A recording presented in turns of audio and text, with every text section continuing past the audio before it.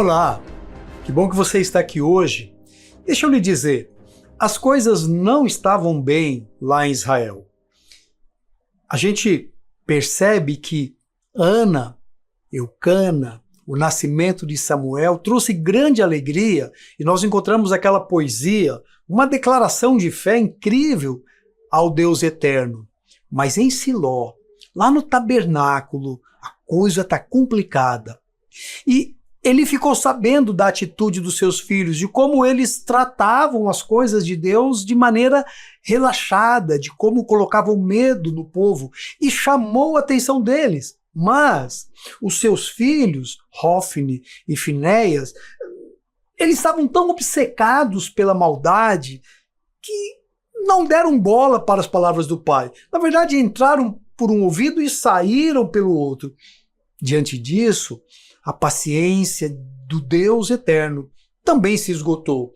E Deus decretou de que daria um fim nesses rapazes.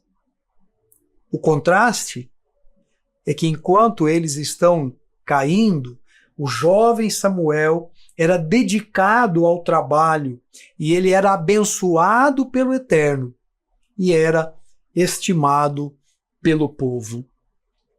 Olha para esse texto e a gente descobre as coisas complicadas na família de Eli. Um coração de um pai entristecido, sofrendo. Eu não sei se Eli faz aquelas perguntas, onde foi que eu errei? Eu não sei se Eli tem medo do seu passado. O fato é que a realidade que está sendo posta para ele é cruel.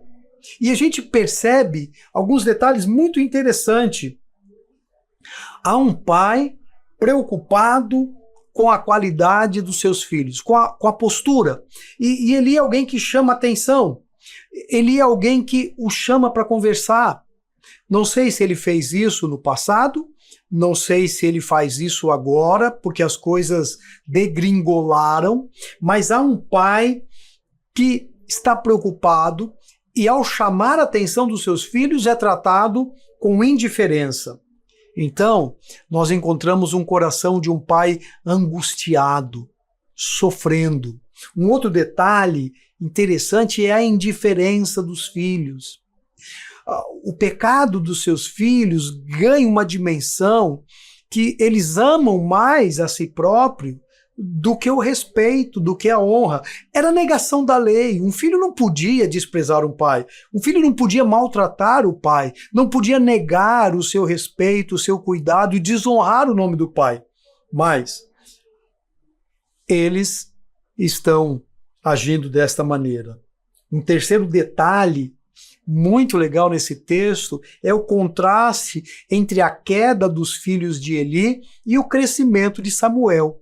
Enquanto os filhos de Eli despertam repulsa, revolta, e o pessoal deixa de participar, Samuel começa a aparecer como um divisor de águas, como um homem digno de respeito, mesmo que os caminhos sejam difíceis, que o ambiente seja complicado, Samuel é abençoado pelo Eterno e estimado pelo povo.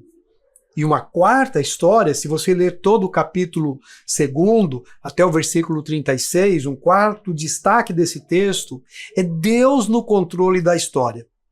Ainda que tudo pareça perder o controle, sacerdotes, não tem rei, Deus está controlando a história. Deus não abriu mão. Ele não abandonou o barco como alguns começam a pensar. Então eu olho para esse texto e eu posso tirar algumas lições muito pertinentes para nós, para você e para mim. Algumas difíceis de serem aplicadas, mas lições importantes. Olha só, primeira lição que esse texto vai nos mostrar é que é difícil mudar um filho adulto.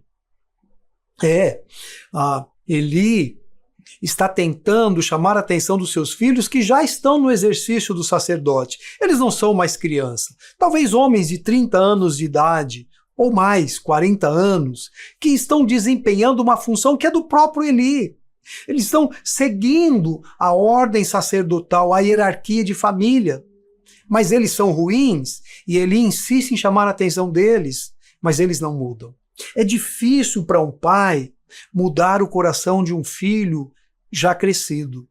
Por isso, a lição que deve chamar a nossa atenção é de que precisamos investir nos nossos filhos enquanto pequenos. Porque mais tarde pode ser tarde demais para ganhar o seu coração. Quando eles se tornam independentes, nós os perdemos, porque eles se tornam independentes, inclusive da gente. A segunda lição que esse texto vai nos mostrar é de que ambientes difíceis, ambientes problemáticos, podem ser oportunidades de graça, podem ser oportunidades de destacar a bondade de Deus. Porque, olha, enquanto os sacerdotes são ruins, Samuel se destaca. Enquanto as pessoas percebem a maldade dos filhos de Eli, pessoas percebem a bondade de Samuel.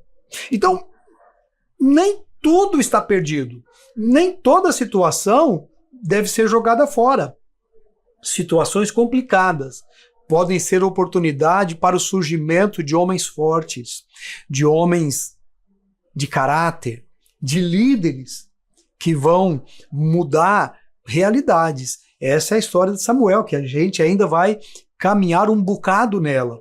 Mas há uma terceira lição, talvez a mais difícil de entender nesse texto, é de que a fidelidade de Deus, ela opera tanto em abençoar quanto em punir.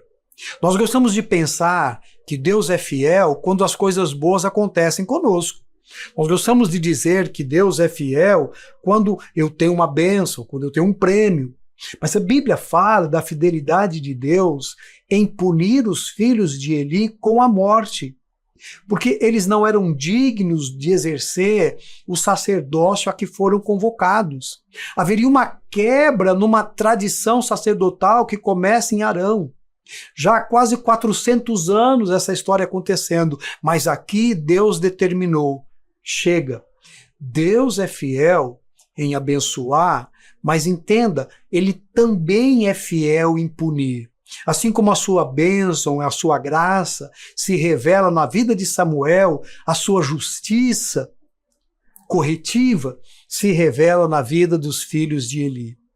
Então, Paulo vai dizer aos romanos, considerem a bondade e a severidade de Deus. Eu preciso ter cuidado. E diante dessa situação eu devo orar dizendo, Senhor, me ajude para que no tempo de hoje o meu coração seja sábio e eu zele com cuidado de como faço e como me relaciono com as coisas santas. Amém. Até o próximo episódio. Um abraço.